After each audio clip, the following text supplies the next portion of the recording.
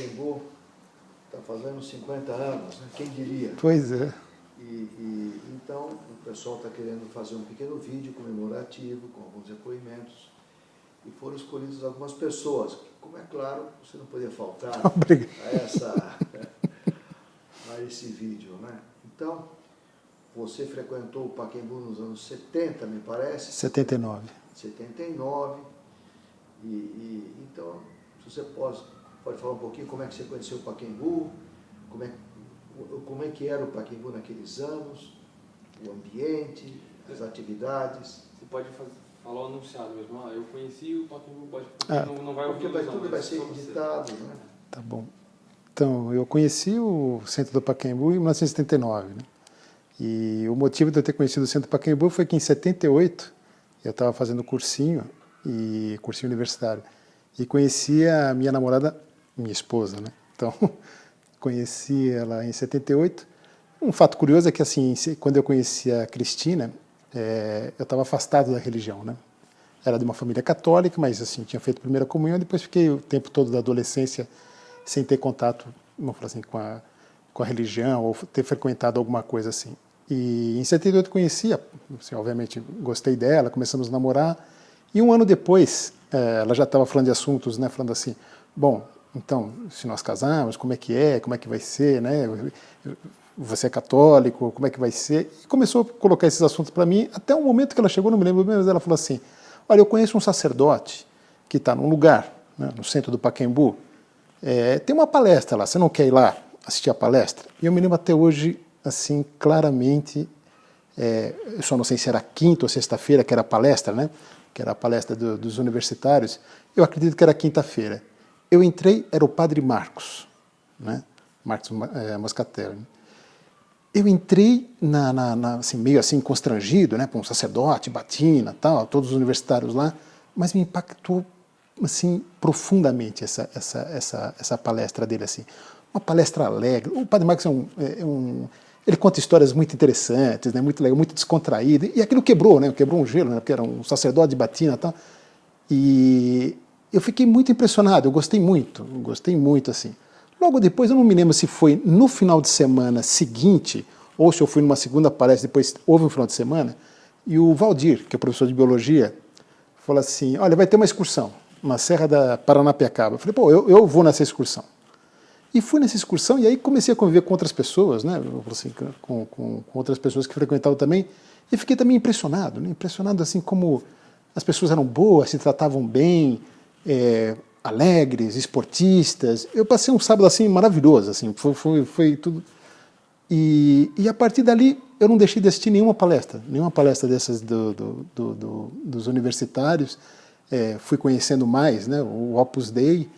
E assim, se eu falar assim, o que é o Centro Pacaembu para mim? Bom, olha, junto com a minha esposa, são os dois fatos mais importantes que aconteceram na minha vida, né? Mudaram totalmente a minha vida, né? Lá no Centro do Pacaembu, eu recebi uma formação humana assim impressionante, né? Porque eu sou nascido na Casa Verde, não estou dizendo nada sobre a Casa Verde, mas assim, são pessoas assim, vamos falar assim, simples, assim, nível cultural humano, o nível cultural, o nível humano, assim, nunca foi um grande valor. Não, o grande valor era jogar futebol, o grande valor era brincar, era jogar, era coisas desse tipo assim. E lá não, comecei a ver assim, uma outra dimensão, né? Uma dimensão, até mesmo assim, a maneira de como comer, como se portar, né?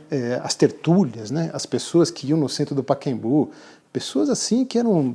Eu me lembro que levavam pessoas assim, esse daqui é o presidente da Fiat, esse aqui é um diretor da Fiat. Eram pessoas de muito nível, né? Então, assim, foi um crescimento humano, cultural, musical, tudo lá, né? Ou seja, tudo que eu, vou falar assim, pude crescer em termos disso foi devido ao Centro do Pacaembu, né? Eu tenho uma dívida de gratidão muito grande com o Centro do Pacaembu, porque, assim, mudou a maneira de como eu trabalhava, né, de como trabalhar. Na época, né, então, uma hora de estudo é uma hora de oração. Puxa, aquilo era realmente assim, né? A gente passava longas horas à noite trabalhando, né? Estudando, né? Nossa, quantas madrugadas, né? Então, os rachões, nossa, que a gente ficava rachando de estudar, né? E era assim, muitas pessoas estudando, muito. 6, 7 pessoas indo até 10, 11 horas da noite estudando, né?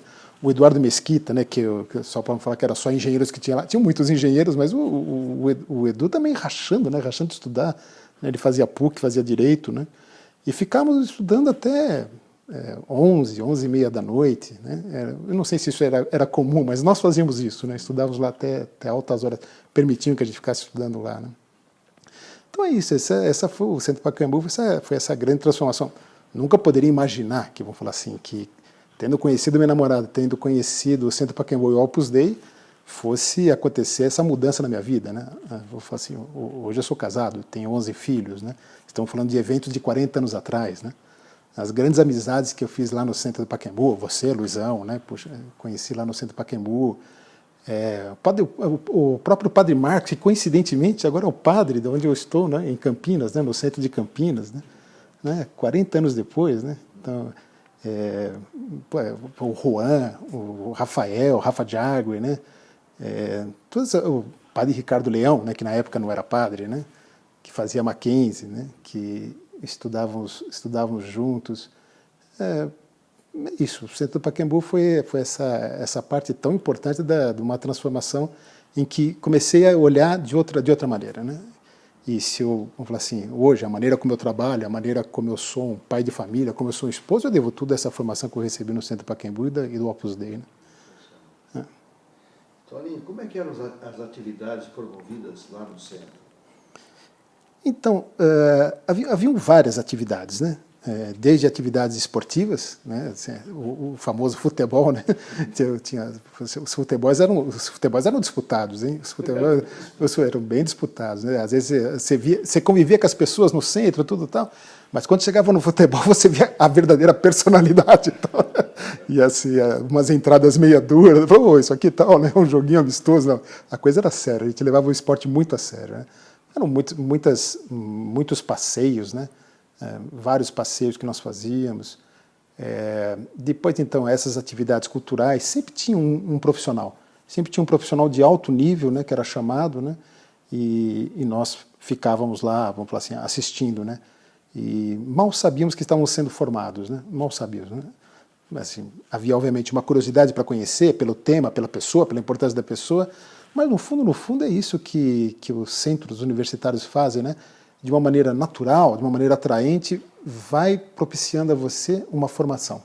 Queira ou não queira, são modelos, né, que você vai se espelhando, né, e mesmo sem saber você está sendo formado, né, está sendo formado e mal a gente sabe que tudo isso vai ser usado, né, ao longo de toda a sua vida, né. A gente não tem essa dimensão, né.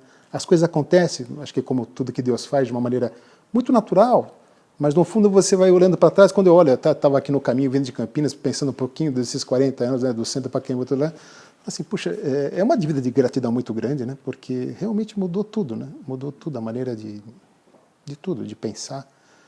Acredito que quem também deve agradecer muito o Centro Pacaembu é minha família, né, porque eu não seria o profissional que eu sou, o pai de família que eu sou, o esposo que eu sou, assim, que procuro fazer sempre, como o Opus Dei diz, nos ensina, né, fazer melhor, né, fazer cada vez melhor, lutando, né, se não fosse por isso, né, então talvez eles tenham uma dívida de gratidão mais do que eu. Agora, Toninho, você como universitário também pôs a mão na massa lá no Pacaembu, encargo, conselho. Pois então. Como é que era a manutenção da casa? Como é que... Então, uma coisa que nós aprendíamos lá no Centro do Pacaembu é que você não ia só lá, né, para ter umas palestras, tinha umas meditações, não, você fazia parte da família lá, né, ou seja, aqui todos nós trabalhamos, né, então, me lembro que tinham vários encargos, né, mas encargos, por exemplo, assim, de limpar, tinha umas coisas que fazíamos de limpar, às vezes o sábado tinha clubinhos, nós íamos lá, arrumávamos o clubinho, ajudávamos no clubinho, né, os clubes familiares, eu mesmo fui, durante anos, né, monitores desses clubes, né, e às vezes os clubes não eram perto, né? Tinha um clube, por exemplo, que era no Horto Florestal, né? O Horto Florestal era uma senhora viagem, né, para ir até lá, né? E a garotada, nossa, quantos garotos desses a gente viu desses clubinhos, depois participando já como do ensino médio, depois como universitários, né? Você vai vendo o poder de transformação que tem, né? Isso, né, de que o bem é difusivo, né? Então você vai fazendo bem e aquilo vai transformando as pessoas, né? E muitos deles hoje, assim, são casados e estão muito bem casados, né? E é claro que quando a gente compara, né, eu insisto nisso, ou seja, essa transformação que aconteceu, né, você compara com os seus amigos de bairro, né, e você olha para a vida deles hoje, tudo tal, né, muita coisa não deu certo. Né? Então você fala assim, mas o que foi que, na verdade, qual é a diferença entre nós que recebemos formação e eles? Né? A formação, né? Essa formação que mudou, né, que fez a gente ver as coisas de uma maneira diferente, né, com a seriedade que a vida pede, né? E com a responsabilidade que a vida pede, né? Então, E você formou uma família muito bonita. São 11 filhos, né? são 11 filhos. E o mais velho tem 30... Bom, então, são 11, assim, tem 11 filhos, né? Então, são 7 meninas e 4 meninos. Vieram primeiro as meninas, 4 meninas, depois 4 meninos, e depois desse empate, vieram 3 meninas, aí desequilibrou tudo. Ficaram 7 meninas e 4 meninos, né? Então, a mais velha tem 34 anos de idade e a mais nova tem 13 anos de idade. Você tem duas filhas numerárias, né? 2 filhas numerárias. Uma filha supernumerária também. Então, na verdade são 3, né? Tem uma que vamos falar assim, acabou de ser numerária agora, né? Ah, A Bia. a Bia? Não me diga. Pois é. Bom, então isso já é uma coisa... Bom, ela não fez oblação ainda, mas ok. Sim. Tá bem, Toninho. Que Tem legal. uma coisa que eu pedi para repetir, que algumas informações são importantes, elas só ficaram um pouco separadas nas frases, então não consegui juntar. É o seguinte, essa linha assim, eu me casei, conheci o centro, né, graças à minha namorada, que veio a ser minha esposa, nós nos casamos, nós tivemos 11 filhos, né, e nada disso teria acontecido sem a providência de Deus, e o centro fez muito parte disso. Então, esse resumão, assim, uma frase que de repente consegui encaixar legal, assim, preservando tudo isso junto. Quer dizer, não é que o que você falou foi ótimo, achei. Você quer um resuminho. Vou tentar fazer um resumo. Então, Eu gostei. É pra gente ter opções, assim. muito bem, então vamos lá. Então, se me perguntasse assim, qual foi a importância que o Centro Pacaembu teve na sua vida, eu diria assim, que Deus se utilizou da minha namorada, que na época eu conheci em 78, para eu conhecer o Centro do Pacaembu, que eu conheci em 79. E no Centro do Pacaembu recebi uma formação cultural, humana, que me fez amadurecer muito, né, que me fez entender, e aliás até ver a minha vocação na obra, né, minha vocação de supernumerário, que após 5 anos e meio eu casei, né, fui para Campinas e tive uma família, né, e essa família resultou em 11 filhos. Né. Desses 11 filhos que eu tenho, eu devo todos ao Opus Dei, e eu diria que o meio pelo qual isso aconteceu foi o Centro do Pacaembu, né, que durante 4 anos e meio eu tive formação no Centro do Pacaembu. Né. Perfeito, gostei. Nossa, sensacional. Agora, Toninho, o seu depoimento está excelente, estou achando que você, em pouco tempo você conseguiu muito conteúdo. Eu acho que só faltaria uma questão, que é a praxe, é perguntar o que conselho você daria para aqueles que conhecerão o Pacaembu no futuro? Então, que conselho eu poderia dar para as pessoas, né, que vão conhecer o Centro Pacaembu, porque ele está lá para fazer essa transformação, né, essa transformação, vamos falar assim, da sociedade brasileira, né? Deus quis esse meio, né, contou com esse meio e vai contar por todo o tempo, né? Um pouco parecido com o que o Luiz falou. Não perca essa oportunidade. Né? Muitas vezes eu volto a insistir, no caminho eu estava vindo para cá e falava assim, e se eu tivesse dito não? E se eu tivesse dito não à minha namorada? Se eu tivesse falado assim, não vou conhecer esse lugar, né? A minha vida seria a mesma? Minha vida não seria a mesma. Minha vida não seria diferente dos demais. Quantas vezes eu penso assim, falo assim, do que eu me diferencio daquelas pessoas que eu conheci, né, na minha adolescência, com que eu convivi, do que? Olha, a diferença está na formação que eu recebi no Centro do Pacaembu e do Opus Dei. Né? E isso é tudo. Isso é tudo. Isso poderia ter resultado, se eu dissesse um não, num grande fracasso na minha vida.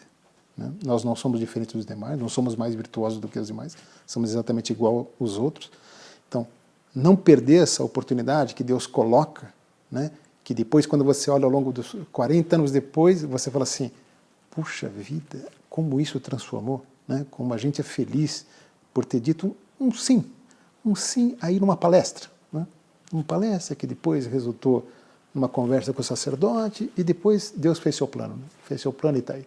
Será que eu teria hoje 11 filhos? Né? Será que eu estaria casado? Dificilmente, né? Dificilmente. Bom, falando que eu fiquei emocionado. Mas é verdadeiro, né? Se você olhar e você falar assim, do que a gente se diferencia dos demais? Nada, né?